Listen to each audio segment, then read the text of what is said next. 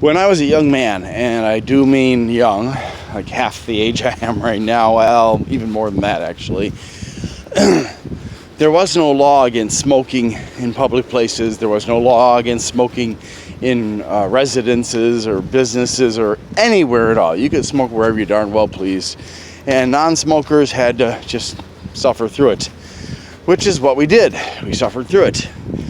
Now, this was in part due to ignorance, and part of it was due to the tobacco industry's cover-up of the truth that tobacco, at least the tobacco that they were serving up with all the chemicals added and stuff, is bad for you. They actually formed what was called the Tobacco Institute, which did false testing and produced false reports to say, hey everybody, tobacco's safe, you don't have to worry, despite the fact that it was amply demonstrated that it was addictive and people were dying of lung cancer, but the tobacco industry did not care. Finally, back in, I believe it was the, I guess that would have been the late 80s, there was a company, I don't remember which of the tobacco companies, and there was a guy who had had enough. He had worked for them, and he knew that they were falsifying reports, and he ended up becoming a whistleblower. And there was a movie about it with, I believe, Russell Crowe as the protagonist, being the whistleblower, I mean. And it told the story of the intimidation by the tobacco industry to try to force him not to tell the truth.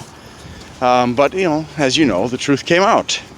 Tobacco is addictive, and that was especially because they would add substances that would increase the level of addiction, because they wanted, a captive audience, not audience, but a captive consumer base. And they didn't really care that they were poisoning you and causing cancer, because it was all about the almighty dollar. Yay, thank you very much. Well, they never fooled me, but they sure as hell fooled a lot of other people. Anyways, so, we can safely say that cancer is a horrible thing to do. I can say that because I lost my wife to it, but not from smoking. But we can also say that cigarette smoking, in general, smoking is bad for you. I mean, ask a firefighter, is smoking good? Anyways, I'm getting distracted here by that.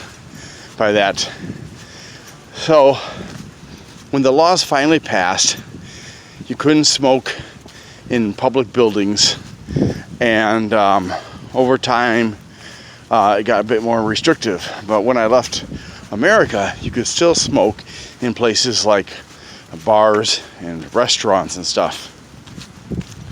When I came back to America from Indonesia last year, one of the things I noticed that was really heartening was that I no longer had to put up with cigarette smokers in places like that either.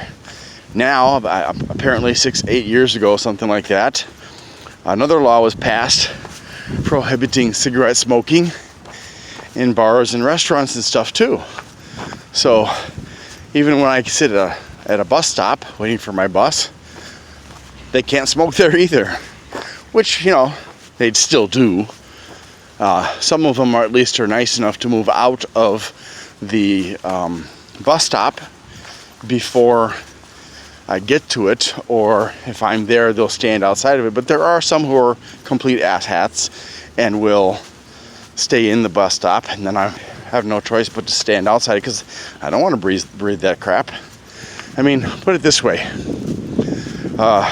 Back in, I guess it was late 80s, got a job at this office.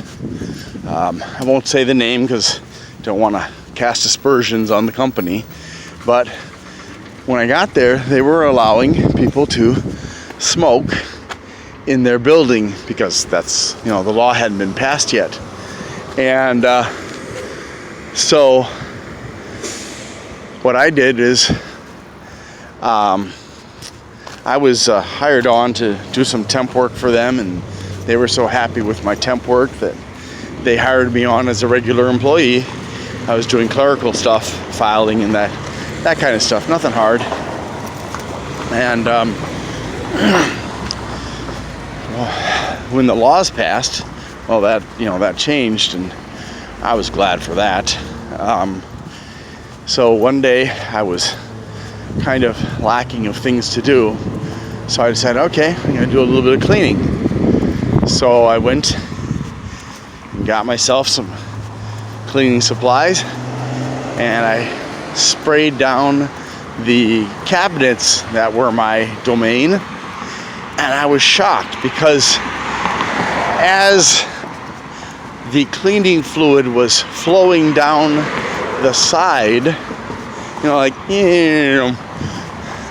the color of the filing cabinet changed because what had happened was people had been smoking for decades in this building, and I was removing those decades of tobacco smoke film. So it was gross. I mean, to see this, like, I don't know how to describe it exactly, this wave of brownness that increased in darkness the farther down it slid off of these filing cabinets, and the color of the filing cabinets changing to the typical gray instead of the kind of brownish color that I thought they were. So, come on, guys. I know it's hard. I know you're fighting a chemical addiction as well as this mental addiction, but you're killing yourselves. So take good care of yourselves. You owe it to yourselves to give yourself the best life possible. Thanks.